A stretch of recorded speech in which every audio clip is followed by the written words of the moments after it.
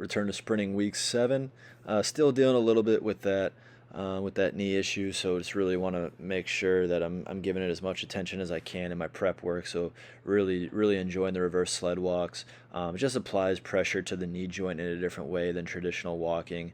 Helps it feel a lot better, delivers a lot of blood flow to the area.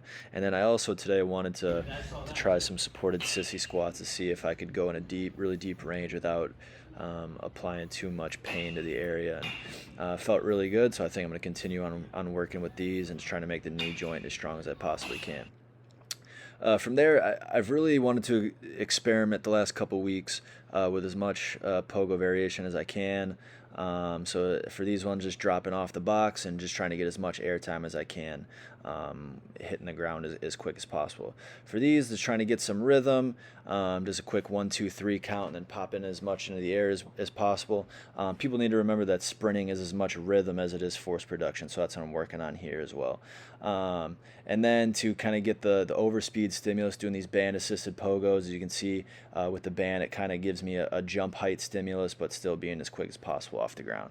Moving into the technique work, again, technique has never really been a huge issue, so if you feel like you've got your technique pretty locked in, taking the arms away is a really good option. So as you can see here, I'm giving myself a hug. So that focuses your brain on everything from the waist down. So you don't have your arms as kind of that counterbalance or that counter movement to help center everything from the waist down. So if you feel like your technique is pretty spot on, give these a shot. Or you can also go kind of zombie arms out front, or a big challenge is reaching straight up in the air. As I moved outside, really enjoy the straight leg bound to sprint drill, working on hip flexion, hip extension, and being really powerful through there. And then I spent a lot of time sprinting today, making sure that my reps were as max effort as possible, as much rest as possible. Again, times are really starting to drop, getting below sub 1 consistently. And since I am doing that stimulus, I really got to make sure that I'm rested and ready to go.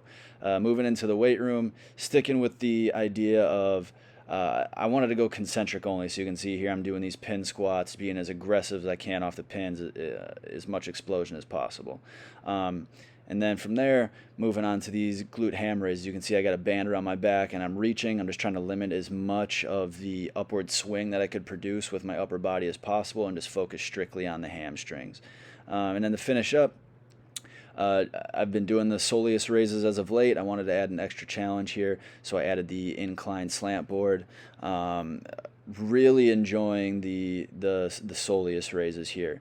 Again, the soleus, pound for pound, strongest muscle in the body, really helps produce force off the ground and can help you drop your times in sprinting.